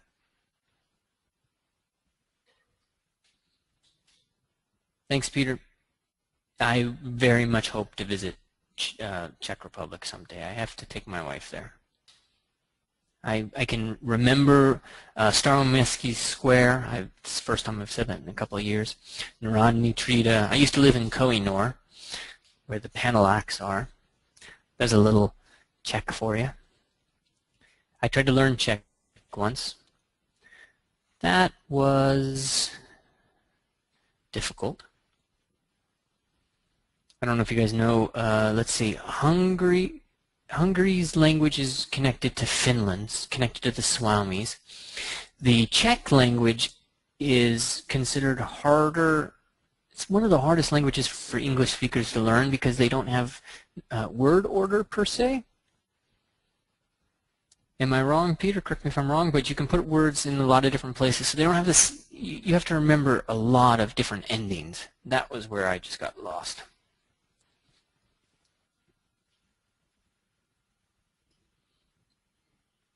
Neil, glad things worked out. Fred, 3D print it yourself diploma. I love it. We'll do our part to spread 3D printing technology. That's a great idea. Renato, so glad to see you here. Thank you so much. Orla, thanks for the note. I really appreciate it. I'm glad you enjoyed. English word order is backwards. I don't know where you're coming with that one. I'd say, you know, although it is great that the Czech language is thriving so much.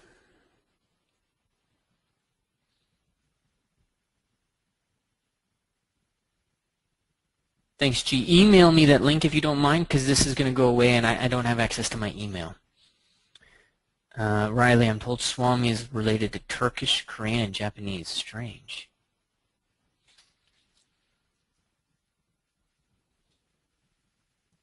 Thanks, Israel. Glad you enjoyed. I'm really excited by the stuff you guys have posted to the work, and very motivating.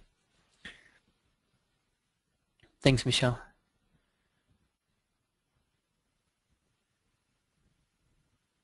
Peter, yeah, I understand. Going from Czech to English, I went from English to Czech. It's like a great wall of China in between there. I can order a beer, Peter. Let me see if I can order a beer. Jedno pivo, prosím. I can still order a beer, and the only reason why that, unless you're really a beer drinker, is so that you don't go into a restaurant and they give you the tourist tax. They at least know you speak English. Or you speak some Czech, so you're going to look at that and say, did they just add 30% to this meal that I did not order?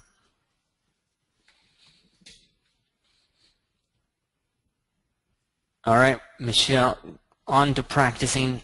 Thomas, thank you so much.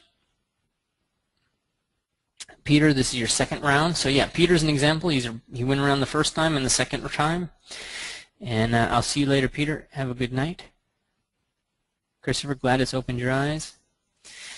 Keith, can we update? You can keep posting projects. You can delete. You can do all of that stuff. It's all there for you. And projects are growing, of course. So ultimately, well, I got lots of plans. I'll just leave it at that. So yeah, keep posting your projects. And let me know what you enjoy and what you don't enjoy. All right, let me close this out now then, guys. Really, really want to thank you for taking part and for joining me on this. ZBrush is one of the great loves of my life, which is really all focused on the idea of sculpting. So being able to sculpt kind of freely and with this kind of whole new set of parameters is really, it's an amazing time to be an artist. I sculpt, I paint, I ZBrush, I do a lot of that. I'm sure you do all kinds of things, and this is one of the one way that we can earn an income, that we can express a passion if we're already earning our income somewhere else. And I'm just really glad that you took the time to join me and to include me in your own journey.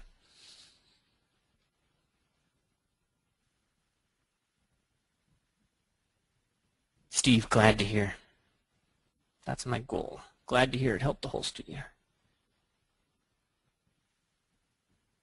Alvaro will keep working to help you grow. All right, Beiruz, Roberto, keep me posted, Roberto, on the progress on the job.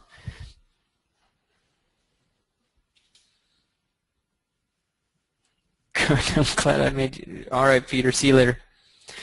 Okay, guys, take care. Anybody want to save the chat log? Now is the moment. And I will call this a day.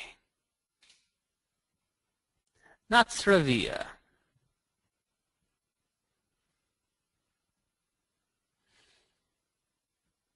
That always gets me how that's spelled.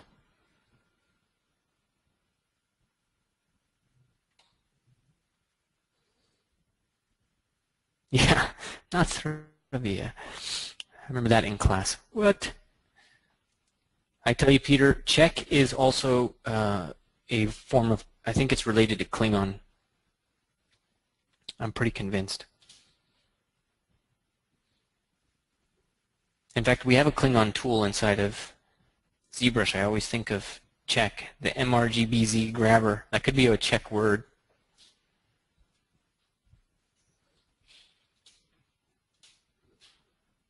Kapla! All right. Ciao. Cheers. See you later. Sayonara. Have a great one, guys. Enjoy. And we'll be in touch the next time we run this, and then I'll also be checking in on the forums or the projects every now and then. And you'll see updates in the next couple of weeks, of course, so we keep trying to make this site as user-friendly, as interactive as possible to help you grow. All right. Take care.